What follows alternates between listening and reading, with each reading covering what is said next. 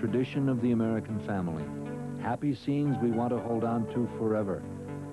A backyard barbecue on a Sunday afternoon, playing with the kids. We all thrive on the love and affection that come with raising a family. Giving a piggyback ride, leading a child by the hand, hugging. But sadly, love and affection sometimes go astray. Even people your children may know can take advantage of their innocence. One of the most shocking facts about sexual abuse is that in over 70% of the cases, it happens with someone the child knows well and that the family trusts. A parent, an uncle or aunt, a neighbor down the street.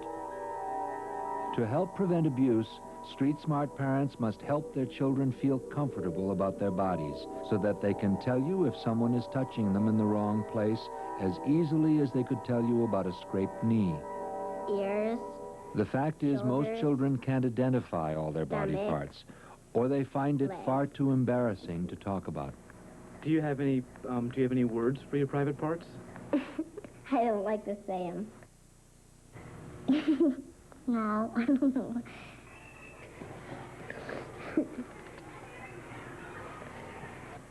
Your head, your eye, your nose, your mouth, your shoulder, your...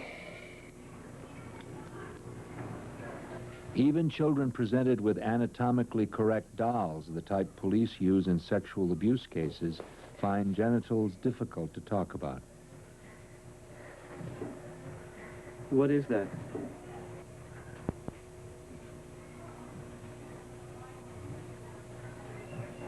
Do you have a name for that? What is that called?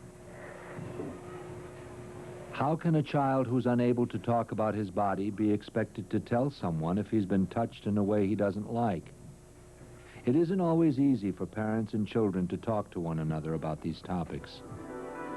If you're uneasy teaching your children the clinical names, teach them to say their private parts or the part of their body covered by underwear. Children very young can learn to speak openly and naturally about their bodies. This is your mouth.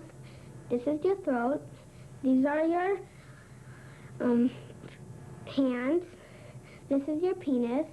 These are your feet. And that's all. It's only when children are comfortable talking about all the parts of their bodies that they can distinguish between something called good touch and bad touch and tell you about it. Okay. Now, there's a difference between good touching and bad touching. Now, good touch... Now, there's... Now, wait a minute. I think I've got it. Now, good touching is touches like when the doctor is examining you or when your parents are adjusting you, like, those are good touches. But a bad touch is something like when someone you know or you don't know is touching in your private parts. Children who know the difference between good touch and bad touch can recognize sexual abuse. Good touching is like shaking hands or something. They understand that good touch is being touched or held in a way that feels good and feels right.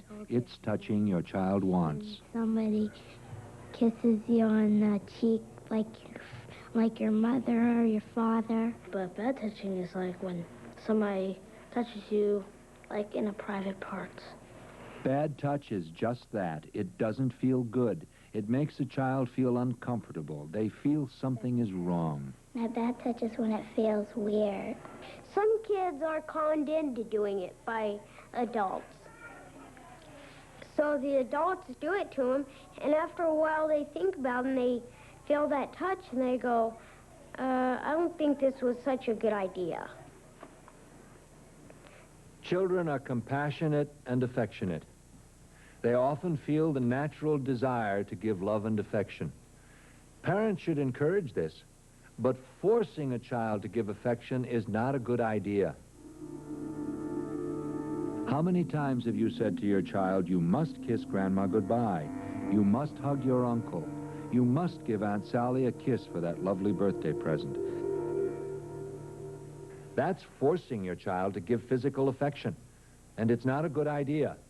It sends out a message to a child that forced physical contact is acceptable to you. And to a child, that could mean that it's all right with you if someone is touching him and he doesn't want it. My mommy makes me kiss my uncle, but I don't want to, but he's never got me. I didn't get him, I ran upstairs. Street-smart kids need street-smart parents. Remember the old saying, it's 10 o'clock. Do you know where your children are? Well, these days it's more important to know who they're with. Street-smart experts say you can never know too much about who your children spend time with. Who's supervising your children? Do you know enough about them? Have you really checked out the babysitter's references? Have you talked to someone she worked for? Most people who care for children are perfectly safe and devoted, but you have to check thoroughly. Checking thoroughly is what this man does for a living. He's Detective Rick Papke of the Los Angeles Police Department's Juvenile Division. For nearly 20 years, Detective Papke has investigated child abuse and molestation cases. He feels parents have a responsibility to do their own investigating. Parents have got to communicate with their children. They have to pay more attention to them. They have to find out who they're playing with, where they're going when they leave home, and just ask questions. And I think that's one of the biggest problems that we have right now.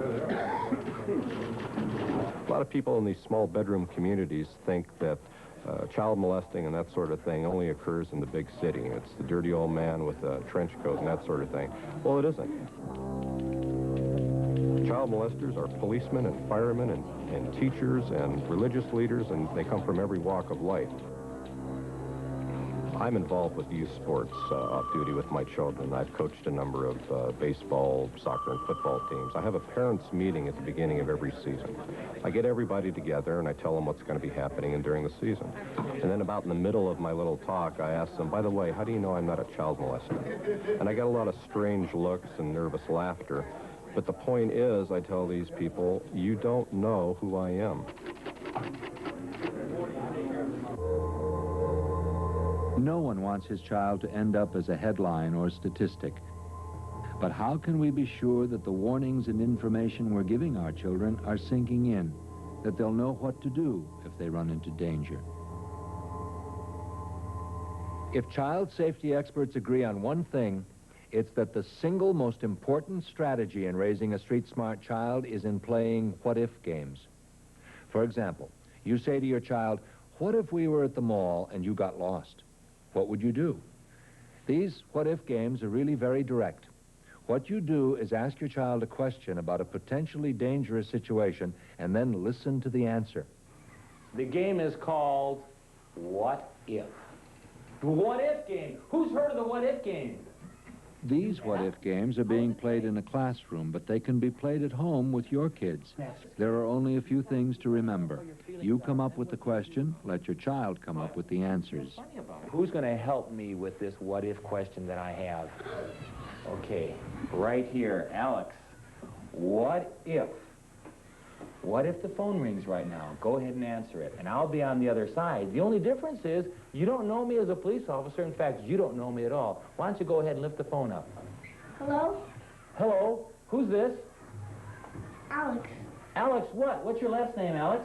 Augustine. Alex Augustine? Where do you live, Alex Augustine? Tarzana. Tarzan, do you know your address? Yes. Could you tell me, please? 18525. It doesn't